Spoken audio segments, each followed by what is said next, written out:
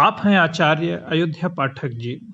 आप मूलतः औरंगाबाद, बिहार से हैं, पर आप ठहरे एक जीवन के यात्री जो निरंतर कुछ तलाश कर रहे हैं और जीवन की आपाधापी में कुछ ऐसा घटा कि यह तलाश अहर्निश जारी है। और अब कहाँ के हैं, इस बात का कोई जवाब उनके पास नहीं है। और जब हमने भी यही पूछा कि इस वक्त कहाँ ठहरे हैं, तो उन्होंने जिस जगह पे बैठे थे बताया, बस इतने में ही रहते हैं और यहीं हैं।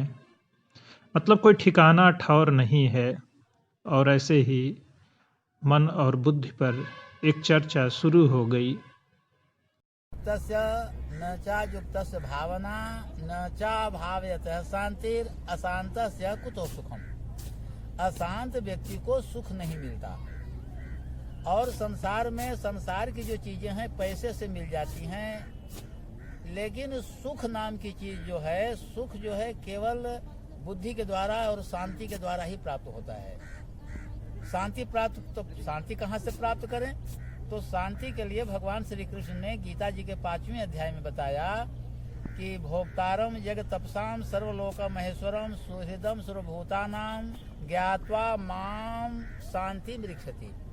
शांति प्राप्ति करने के लिए जानकारी की जरूरत होती है। उसमें पैसा या परिश्रम की उसमें आवश्यकता नहीं होती।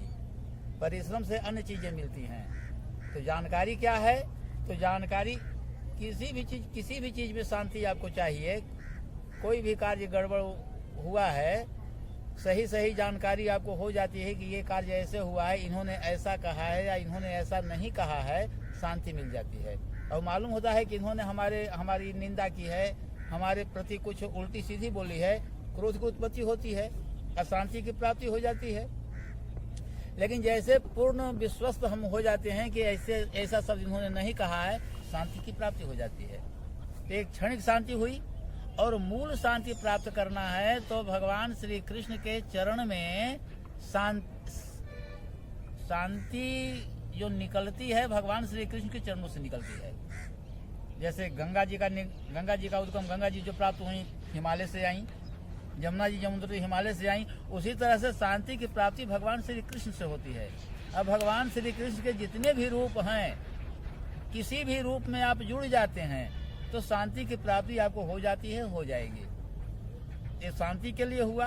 और दूसरी बातें, जो भाग्य की जो बात हमने अभी बताई थी, तो भाग्य के लिए बताया गया है कि मनुष्य के शरीर बार बार हम लोग प्राप्त किए हैं।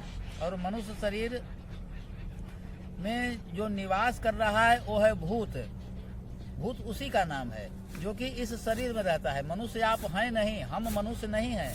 मनुष्य का शरीर मुझे प्राप्त हुआ है, आपको प्राप्त हुआ है।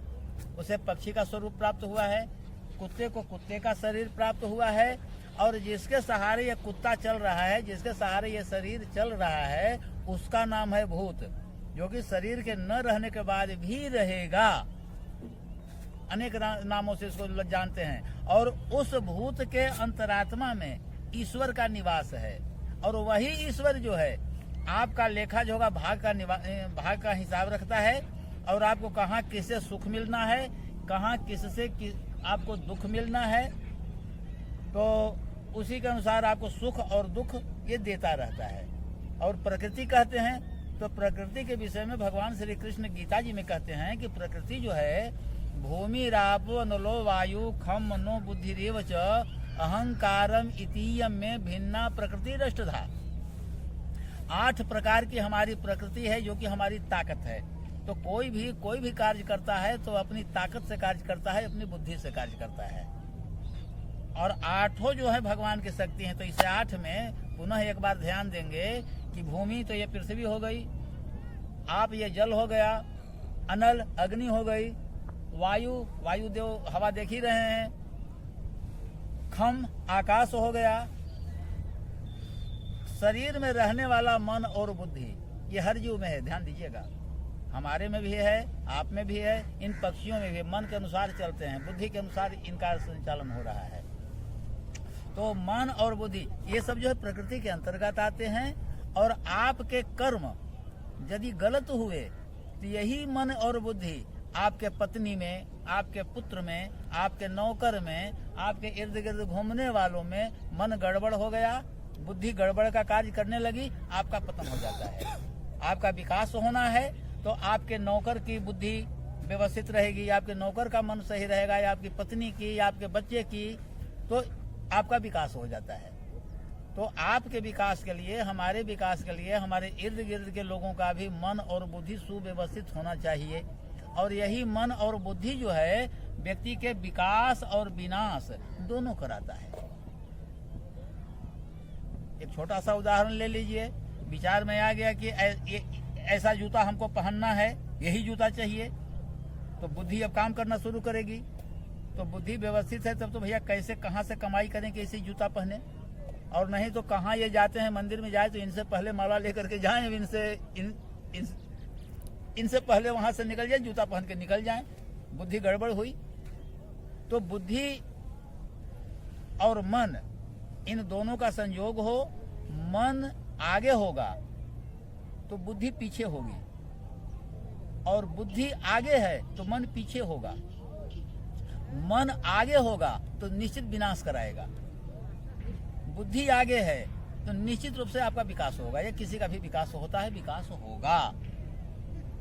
कारण कि ये दोनों एक ही साथ चलते हैं। अब इसमें एक चीज और ध्यान देने की बात है, प्रमुख चीज जिसमें जिसको ध्यान रखने की चीज है इसमें, कि मन को मारा जाए, मन को अपने अनुसार चला जाए, मन के अनुसार न चला जाए, लेकिन बुद्धि के बात को सुना जाए। ये जितने भी इंजीनियर हैं, डॉक्टर हैं, मैनेजर हैं, अच्छे अच्छे पद पर जो भी गए हैं, तो मन को मार दिया, बुद्धि को आगे किया, तो विकास हुआ। अब मन कर रहा है, अरे हमारे आपके सबके अनुभव का चीज है कि जाड़े के दिनों में विद्यार्थी जीवन में जब थे, इच्छा होती थी कि रजाई से बाहर न निकला जाए। घड़ी का अलार्म बार बार बता रहे कि 4 बज गया, 3 बज गया, 2 बज गया, अलार्म कह रहा है बाहर निकलो। पिताजी या जो भी होते थे साथ में कहते थे बाहर निकलो। बुद्धि कहती थी कि हाँ बाहर निकल जाओ। मन कह रहा है कि अंदर रहो, लेकिन बुद्धि कहना नहीं, बाहर निकलो, बाहर निकलो, कोचिंग जाना है, ट्यूशन जाना है, या ड्यूटी जाना है, जो भी कर्म करने हैं। विकास हुआ, लेकिन मन की बात को सुन लिए कि नहीं, थोड़ा और सो लें, थोड़ा सा और आनंद ले लें। तो आनंद लेने की स्थिति में क्या होती है कि कोचिंग छूटा, विद्यालय छूटा, पीछे हो गए, आप आगे नहीं बढ़ पाए। यदि कहा गया कि अरे निकलो निकलो बाहर, अरे सर्दी हो गई है, कॉलेज बंद है, तरह तरह की बात, बुद्धि जो है गलत कार्य करना शुरू कर दिया। और वही मन को मार दिया गया कि भाई क्लास छूट जाएगा, विषय छूट जाएगा, और इस तरह से किसी तरह से निकलते हैं। जल का प्रयोग करते हैं, जाड़े में कपड़े लेकर के जाते हैं, सर्दी हो गई है, आराम कर लो, चाय पी लो। अरे क्लास छूट रहा है, तुम्हारा चाय पीने, तुम्हारी रखो चाय, बाद में आएंगे, दवा ले लेंगे, जाने दो। बीच में अगर क्लास छूट जाएगा, भाई कौन दवा लेने जाए। ये जो है बुद्धि का विकास हुआ, बुद्धि आपका आगे हुआ। अच्छा महाराज जी, एक प्रश्न है। जी हाँ, ये महामारी जो आई है, जी हाँ, इसका